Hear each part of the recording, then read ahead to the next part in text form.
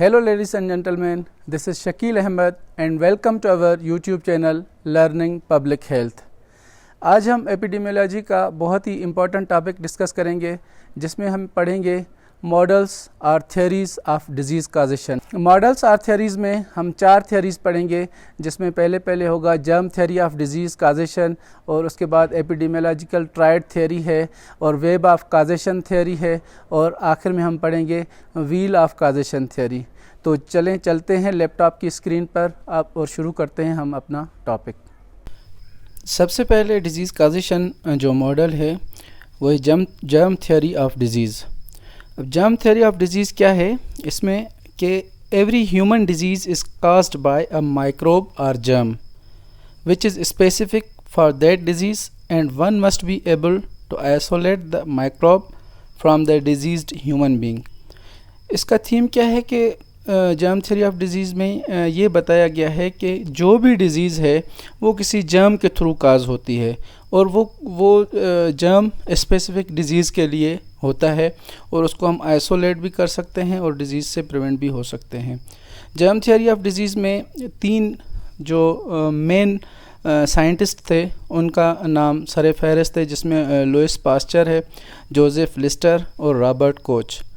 जो पहले थे फ्रेंच केमिस्ट थे लुइस पास्चर और माइक्रोबायोलॉजिस्ट थे जिन्होंने फर्मेंटेशन और पास्चराइजेशन पे काम किया और बताया कि ये किसी जो एयर में जर्म्स होते हैं उनकी वजह से काज होते हैं।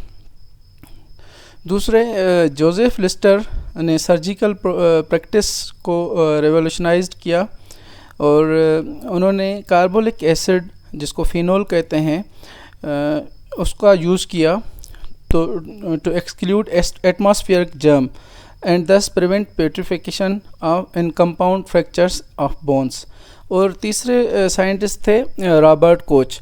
रॉबर्ट कोच जर्मन फिजिशियन थे और one of the founders of bacteriology जिनको बोलते हैं, और इन्होंने एंथ्राक्स डिजीज़ साइकिल डिस्कवर किया और जो बैक्टीरिया रिस्पॉन्सिबल था ट्यूबरकुलोसिस और कॉलरा के लिए उसको भी इन्होंने डिस्कवर किया था। और इनके काम की वजह से फिजियोलॉजी और मेडिसिन में जो इन्होंने काम किया 1905 में इनको जो रिसर्च ट्यूबरकुलोसिस पे की थी उनके लिए नोबेल प्राइज़ भी मिला था। दूसरी थियरी है एपिडेमियोलॉजिकल ट्रायड। अब epidemiological triad disease causation theory क्या है, वो ये बताती है कि कोई भी डिज़ीज़ काज होती है तो उसके लिए 3 फैक्टर्स जो हैं वो रिस्पॉन्सिबल होते हैं। ये एक इंटरकनेक्टेड चेन की तरह होते हैं और इसमें एक्सटर्नल एजेंट होता है, एक ससेप्टेबल होस्ट होता है और एक एनवायरनमेंट होता है जो होस्ट और एजेंट को इकट्ठे करता है और डिज़ीज़ काज करवाता है। और इसमें बताया गया है कि एजेंट या पैथोजन के कैरेक्टर्स, एजेंट या पैथोजन जैसे वायरस, बैक्टीरिया है, कोई फंजाई है, फंगल डिजीज़ है, तो उसके कैरेक्टरिस्टिक्स उनकी टॉक्सिसिटी देखी जाती है, वायरुलेंस देखा जाता है और इन्फेक्टिविटी कितनी है उस वायरस की या उस बैक्टीरिया की या उस फंजाई की या किसी और एजेंट की, और वो कितना ससेप्टेबल है एंटीबायोटिक्स के अगेंस्ट, और इसकी एबिलिटी क्या है सर्वाइव करने की आउटसाइड द बॉडी। तो ये एजेंट के कैरेक्टरिस्टिक्स हैं। और दूसरा है होस्ट कोई ह्यूमन या एनिमल हो सकता है और उसके कैरेक्टरिस्टिक्स क्या हैं, एज क्या है उस होस्ट की, और पहले से कोई एक्सपोजर तो नहीं हुआ, तो ये भी होस्ट के कैरेक्टरिस्टिक्स में होता है, या ससेप्टेबिलिटी कितनी है, वो कितना उसको बर्दाश्त कर सकता है किसी भी एजेंट या पैथोजन को, और कोई इन्फेक्शन तो नहीं है, ऑलरेडी उस होस्ट को कोई इन्फेक्शन तो मौजूद नहीं है, या उनका इम्यून रिस्पांस कितना एक्टिव है। तो ये होस्ट के कैरेक्टरिस्टिक्स हैं। इसी तरह से एनवायरनमेंट में जो है क्लाइमेट किस तरह का है या फिज़िकल स्ट्रक्चर किस तरह का है, कौन सा एनवायरनमेंट में वो होस्ट या एजेंट मौजूद है, पॉपुलेशन की डेंसिटी क्या है, कितनी डेंस पॉपुलेशन है, और उसमें कोई एजेंट अगर इफ़ेक्ट कर रहा है तो उसकी इफ़ेक्टिवनेस किस हद तक जा सकती है, ये पॉपुलेशन डेंसिटी पे करता है। और दूसरा सोशल स्ट्रक्चर क्या है, जैसे इंफ्रास्ट्रक्चर है या रोड्स की कंडीशन है, सैनिटेशन है, तो ये सारी चीज़ें इन्वायरमेंट में आती हैं। जैसे कि मैंने ये बताया पहले कि it is the interaction between agent and the susceptible host, जिसको एनवायरनमेंट सपोर्ट करता है। अब अगर होस्ट और एजेंट के जो उनका आपस में इंटरेक्शन को रोकने के लिए इंटरवेंशंस कौन सी करनी चाहिए कि प्रोटेक्टिव मेजर्स उठाने चाहिए, प्रोटेक्ट करना चाहिए उस एनवायरनमेंट को, एजुकेट करना चाहिए लोगों को ताकि वो उस एनवायरनमेंट में ना जाएं, और जो कोई भी एजेंट है, कोई भी पैथोजन है, उसके अगेंस्ट कौन कौन से स्टेप्स लेने चाहिए उनके लिए उनको एजुकेट किया जाए और एक्सपोजर्स को अल्टर किया जाए।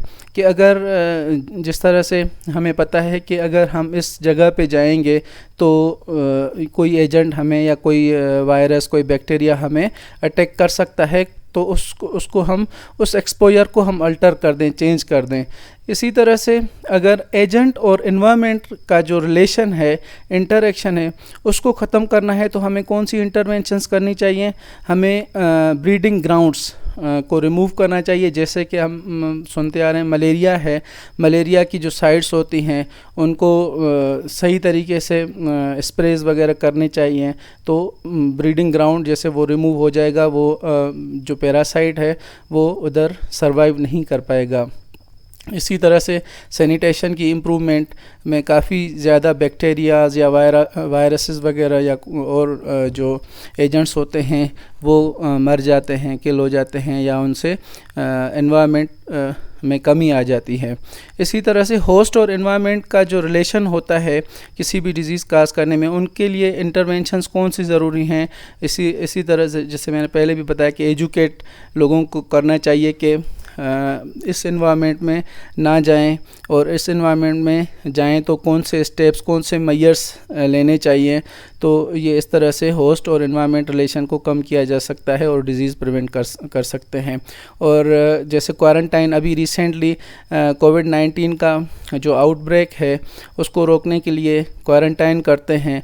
मतलब बोला जाता है कि अगर आप मास्क का इस्तेमाल करें, सैनिटाइज़र्स यूज़ करें और सोशल डिस्टेंसिंग करें तो आप बचा जा सकता है कोविड-19 के इफ़ेक्ट से। या अगर कोई हो गया है, किसी को कोविड-19 काज हो गया है तो क्वारंटाइन हो जाएं, तो उसका वो प्रॉपर एक स्पेसिफ़िक जगह पे चले जाएगा कोई पेशेंट, तो वो दूसरों को काज नहीं कर सकेगा। तो इस तरह से ये एपिडेमियोलॉजिकल ट्रायड का जो इंटरेक्शन है डिज़ीज़ काज करने का, इसको कम करने के लिए ये इंटरवेंशंस जो मैंने बताई, ये करने से एपिडेमियोलॉजिकल जो डिज़ीज़ काज होगी उसकी प्रिवेंशन हो सकती है। अब एपिडेमियोलॉजिकल ट्रायड की कुछ लिमिटेशंस भी हैं। ये जब थियोरी आई थी तो ये तो स्पेसिफिक कुछ डिजीज़ के लिए ठीक है, लेकिन सब डिजीज़ के लिए नहीं है। ये जैसे नीचे आप देख सकते हैं कि the epidemiological triad theory was very effectively used in explaining the natural history of disease and levels of prevention for obviating such departures from the state of health, but it could not explain the causation of non-communicable diseases like ischemic heart diseases हैं या road traffic accidents या injuries हैं। तो इसकी limitations भी हैं epidemiological triad disease causation theory की। तो इस वजह से आगे जाके और भी theories और models हमें मिलते हैं। नेक्स्ट कौन सा है? वेब ऑफ काजेशन थियोरी है। Web of disease causation theory बहुत ही इम्पॉर्टेंट है, जिसमें ये बताया गया है कि the model of web of causation shows that diseases are not distributed randomly in any group, but isolation of how they are distributed requires one to study several factors। अब इसमें क्या है कि कोई भी डिज़ीज़ है, इसका मतलब ये है कि कोई भी डिज़ीज़ है वो किसी एक फैक्टर की वजह से काज नहीं होती है, उसके मुख्तलिफ और भी फैक्टर्स होते हैं, रिस्क फैक्टर्स होते हैं जिसकी वजह से वो डिज़ीज़ काज हो सकती है। This implies that there are multiple and heterogeneous causes of any disease symptom और health condition collectively forming a web of causation. मतलब जैसे कि स्पाइडर वेब होता है, उसके मुख्तलिफ फैक्टर्स होते हैं, इसी तरह से ये बता रहा है कि किसी भी डिज़ीज़ की एक काज नहीं होता है, मुख्तलिफ रिस्क फैक्टर्स हो सकते हैं। जैसे इसमें एग्जांपल दी गई है डायबिटीज़ की। अब डायबिटीज़ के लिए जो है ओबेसिटी एक काज है, एज भी एक कॉज है, जंक फूड का इस्तेमाल ये भी एक कॉज है, कोई बंदा फिज़िकल इनएक्टिव है तो ये भी वन ऑफ द काजेज़ है डायबिटीज़ का, फैमिली हिस्ट्री या जेनेटिक्स ये बहुत बड़ा काज है डायबिटीज़ का, और स्ट्रेस एंड डिप्रेशन ये भी एक कॉज है। तो इससे वेब ऑफ काजेशन में ये है कि एक कॉज नहीं है, मुख्तलिफ काजेज़ हो सकते हैं, मुख्तलिफ फैक्टर्स हो सकते हैं किसी भी एक डिज़ीज़ के, और उन सब को अब एक और लास्ट में एक और मॉडल है जिसको व्हील ऑफ काजेशन थियोरी कहा जाता है। इसमें जो डिज़ीज़ काजेशन का प्रोसेस इसमें ये बताया गया है कि एनवायरमेंटल फैक्टर्स के अलावा जिनको एनवायरमेंटल फैक्टर्स जिनको हम एक्सट्रिंसिक फैक्टर्स या आउटसाइड द होस्ट फैक्टर्स बोलते हैं, उनके अलावा जेनेटिक फैक्टर्स भी रोल प्ले करते हैं डिज़ीज़ काज करने में। जेनेटिक फैक्टर्स को इंट्रिंसिक फैक्टर्स कहते हैं जो बॉडी में अंदर मौजूद होते हैं किसी भी इंडिविजुअल के। एनवायरमेंटल फैक्टर्स कौन से हैं? फिज़िकल एनवायरनमेंट है, बायोलॉजिकल एनवायरनमेंट है, सोशल एनवायरनमेंट है।